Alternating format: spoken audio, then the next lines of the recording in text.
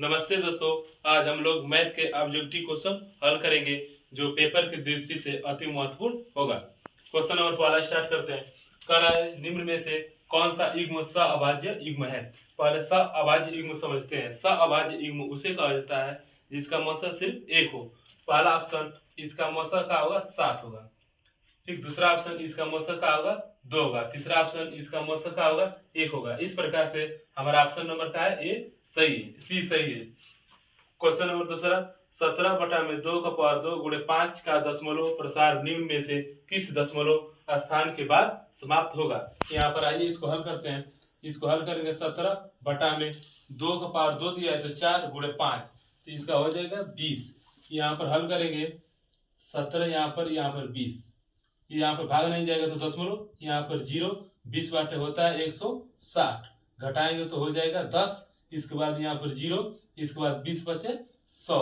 इस प्रकार से दशमलव के बाद कितने अंक गया, 2 अंक। इस प्रकार हमारा ऑप्शन नंबर इसमें 2 क्या है, बी ऑप्शन नंबर क्या है, सही है। क्वेश्चन नंबर तीसरा, यदि cos थीटा बराबर sin थीटा तब थीटा का मान होगा। इसको यहाँ पर हल करते हैं।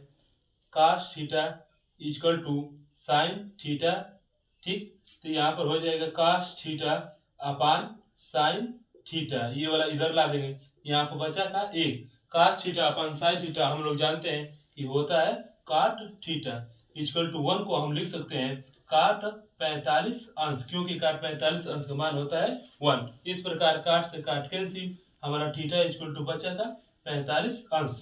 ऑप्शन नंबर इसमें क्या है, ए 45 अंश दिया है। इस प्रकार ऑप्शन नंबर ए सही है।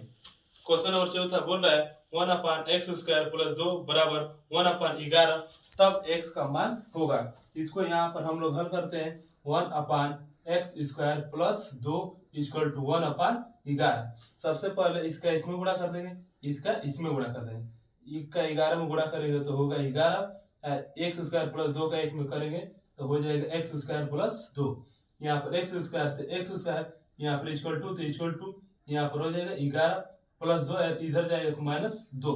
यहाँ पर होगा x² माइनस इक्वल टू 11 से 2 जाए 9, यहाँ पर हो जाएगा x इक्वल टू प्लस -3, अर्थात x का मान आ गया हमारा +3, जो ऑप्शन नंबर ए का दिया है +3। इस प्रकार ऑप्शन नंबर ए सही है। क्वेश्चन नंबर पांचवा, अगला क्वेश्चन देखेंगे पांचवा, 4x² प्लस 3x माइनस 7 बराबर 0 के मूलों का योग। दोस्तों मूलों का योग का फॉर्मूला होता है -b/a। तो इसमें देखेंगे b कौन है, यहाँ पर a होता है, ये b होता है, ये c होता है। b का मान क्या है, +3, अर्थात यहाँ पर रख देंगे b के स्थान पर क्या है 3, यहाँ पर माइनस है तो माइनस, और a का मान क्या है 4, तो यहाँ पर हो जाएगा 4, अर्थात -3/4, जो ऑप्शन नंबर का है b दिया है। इस प्रकार b सही है। क्वेश्चन नंबर छठवा, दी गई संख्याओं में से रूट संख्या है। दोस्तों पहले समझेंगे रूट संख्या किसे कहते हैं।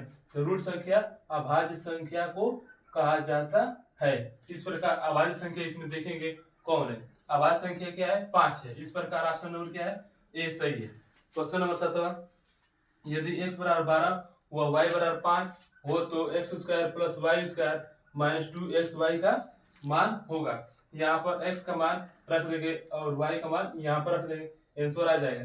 लेकिन यहाँ पर तो दिखाई दे रहा है कि x² plus y² minus 2xy, इस प्रकार इसको हम लिख सकते हैं x माइनस y का होल स्क्वायर। ठीक, यहाँ पर x का मान क्या दिया है 12 और y का मान दिया है 5 और यहाँ पर स्क्वायर। इस प्रकार 12 से 5 जा 7 का स्क्वायर इक्वल टू हो जाएगा 49। इस प्रकार हमारा आंसर क्या सही है, ए सही है। इसमें क्या दिया है 49। क्वेश्चन नंबर 8 बोल रहा है 3x² plus 2x plus 1/3 equal to 0 का विविक्तर होता है। दोस्तों विविक्तर का सूत्र होता है b² माइनस 4ac। इस प्रकार इसमें हम लोग दर्शाएंगे, यहाँ पर a का मान है और b का मान +2 और c का मान क्या है 1/3। यहाँ पर रख देंगे b बराबर क्या दिया है, तो b बराबर दिया +2, तो 2 का हो जाएगा स्क्वायर -4 गुणे a का मान क्या दिया है +3, तो यहाँ पर हो जाएगा 3 गुणे c का मान दिया है 1/3, तो हो जाएगा यहाँ पर 1/3। इस प्रकार 2 का स्क्वायर होगा तो 4 हो जाएगा, माइनस है तो माइनस और ये 3 कैंसिल, बचा का यहाँ पर 4। इस प्रकार से 4 में से 4 जाए 0। इस प्रकार हमारा आंसर का है ऑप्शन नंबर सी का दिया है 0। ठीक, अब आइए क्वेश्चन नंबर 9 पे चलते हैं। बोल रहा है समीकरण युग्म x प्लस वाई बराबर 10 व x माइनस वाई बराबर 4 का हल होगा। यहाँ पर बच्चों हम देखेंगे कि ऑप्शन नंबर ए या बी या सी या डी, मतलब रखने पर 10 और रखने पर यहाँ पर 4 आ जा रहा है, तो ऑप्शन नंबर वही सही होगा। इस प्रकार से ऑप्शन नंबर बी हमारा क्या है, सही है, क्योंकि यहाँ पर x बराबर 7 y बराबर क्या दिया है 3, तो इसको जोड़ेंगे 7 3 का हो जाएगा 10। ठीक, अब फिर यही यहाँ पर रखेंगे 7 और 3 यहाँ पर लगाएंगे माइनस, तो 7 में 3 जगह घटाएंगे तो 4। ठीक, क्वेश्चन नंबर 10वां बोल रहा है दो बिंदुओं 2,3 व 4,1 के बीच की दूरी।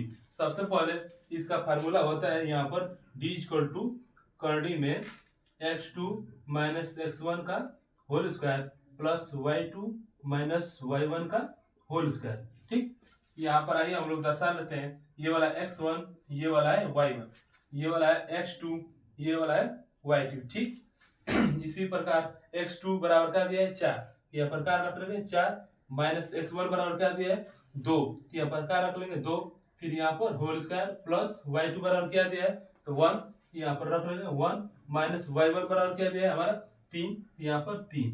ठीक, स्क्वायर कर देंगे, इसके बाद यहाँ पर अंडर रूट लगा देंगे।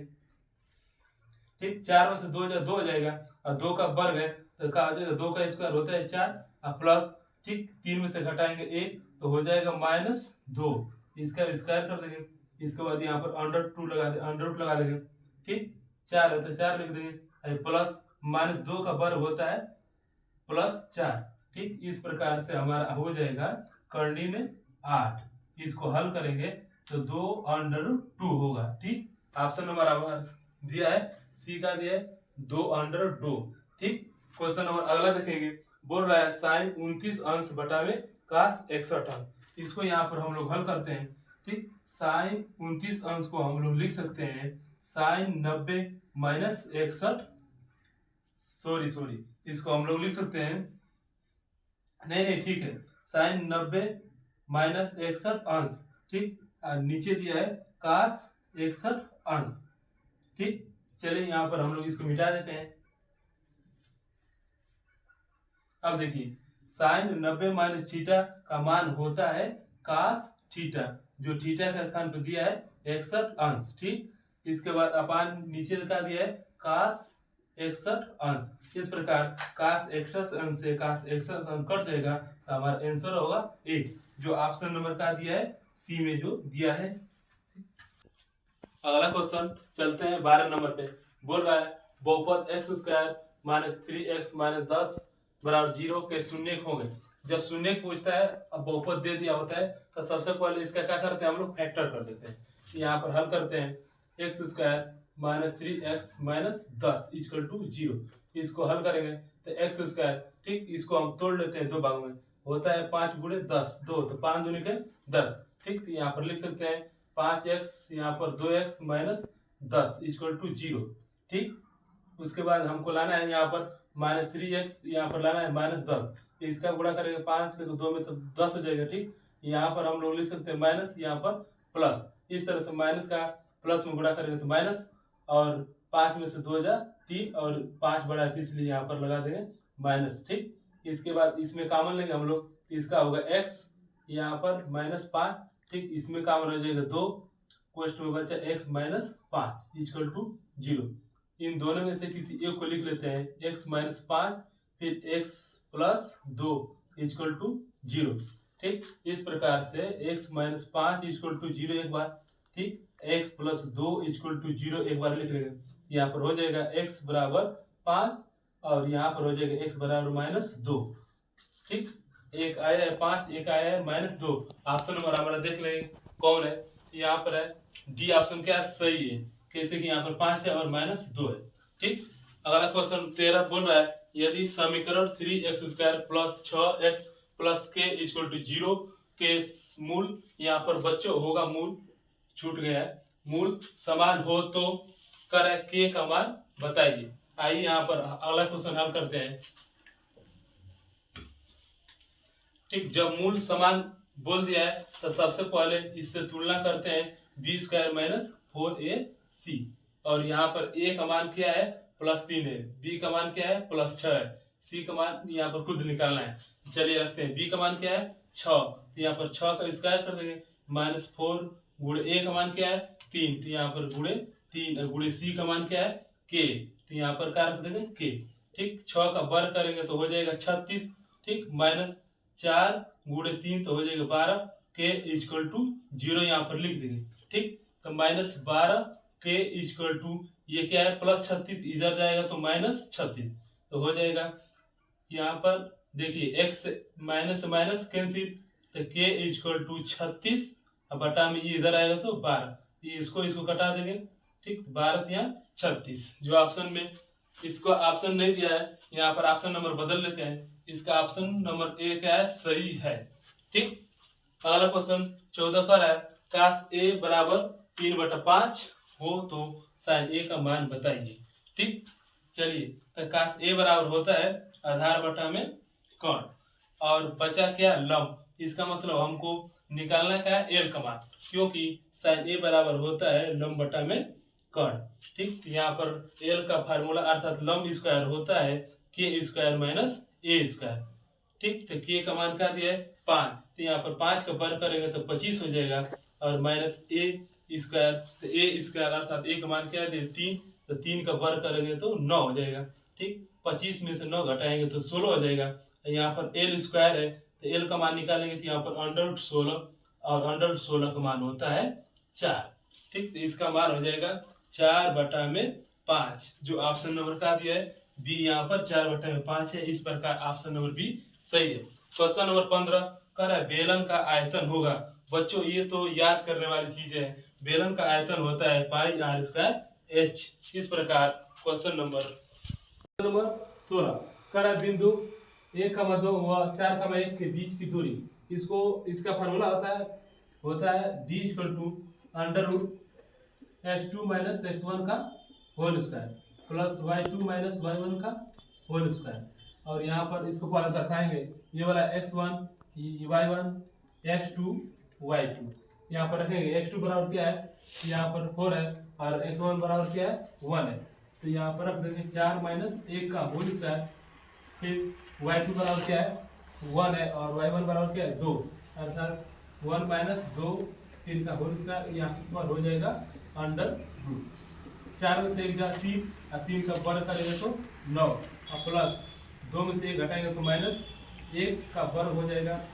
इसके बाद 9 + 1 का वर्ग -1 का वर्ग 1 होगा, 1 हो जाएगा। अब फिर से करनी में 9 + 1 बराबर हो जाएगा √10, अर्थात हमारा आंसर हो जाएगा ऑप्शन नंबर ए दिया है √10। इसका एक ट्रिक भी है, सबसे पहले इसका और इसका अंतर करेंगे, तो 4 में से 1 घटाएंगे तो क्या होगा 3, यहाँ पर लिख लेंगे 3, और उसके बाद 1 और 2 का अंतर करेंगे तो इसका क्या होगा 1, यहाँ पर 1 हो जाएगा। ठीक, उसके बाद इसका वर्ग कर देंगे, इसका वर्ग, इसके बाद इसका √ लगा देंगे, और इसके बाद हल कर देंगे। 3 का वर्ग 9 और प्लस 1 का वर्ग 1, इसको फिर जोड़ देंगे, 9 × 1 = 10, अर्थात √10। ऐसे भी हो सकता है। क्वेश्चन नंबर 17, एक वृत्त से कितने स्पर्श रेखा खींचे जा सकते हैं। बच्चों, एक वृत्त से 2 स्पर्श रेखा खींचे जा सकते हैं, ये याद करने वाली बात है। क्वेश्चन नंबर 18 कह रहा है निम्न में से कौन सा विकल्प सही है। बहुलक = त्रिमाध्यिका - 2 माध्य, ये वाला विकल्प सही है। दूसरा विकल्प भी देख लेते हैं, बहुलक = 2 माध्यिका + 3 माध्य, गलत है। ठीक, इसमें ऑप्शन नंबर ए सही है। क्वेश्चन नंबर 19, एक वृत्त की त्रिज्या 1.4 सेंटीमीटर, तो वृत्त का क्षेत्रफल होगा। पहले तो वृत्त का क्षेत्रफल होता है πr², इसको हल कर देंगे। त्रिज्या कितना दिया है, त्रिज्या दिया है 1.4, लिख लेंगे। अब पाई का मान होता है 22/7, त्रिज्या का वर्ग है, इसलिए 1.4 × 1.4, इसको कटा देंगे, 7 से कटाएंगे 1.4 को 0.2, फिर 0.2 का 22 में गुणा करेंगे तो होगा 2 दूनी के 4 और 2 दूनी के 4, अर्थात 4.4 × 1.4, इसका गुणा करेंगे हम लोग, 14 चौको होता है 56 को 6, फिर 14 चौको 56 और 56 और 5 जोड़ लेंगे हम लोग, 6 5 11 5 1 हासिल 6। इस प्रकार हमारा आंसर आ जाएगा 6.16। यहाँ पर ऑप्शन नंबर बी यहाँ पर सही है, यहाँ पर लेकिन गलत हो गया है, यहाँ पर हो जाएगा 6.16। इस प्रकार ऑप्शन नंबर बी क्या है, सही है। क्वेश्चन नंबर 20, निम्न में से कौन केंद्रीय प्रवृत्ति की माप नहीं है। बच्चों जब क्वेश्चन नहीं वाला बोला होगा इसमें ध्यान से पढ़ते हैं। निम्न में से कौन केंद्रीय प्रवृत्ति की माप नहीं है, इसका ऑप्शन होगा मानक विचलन। इसका ऑप्शन नंबर ए क्या सही है।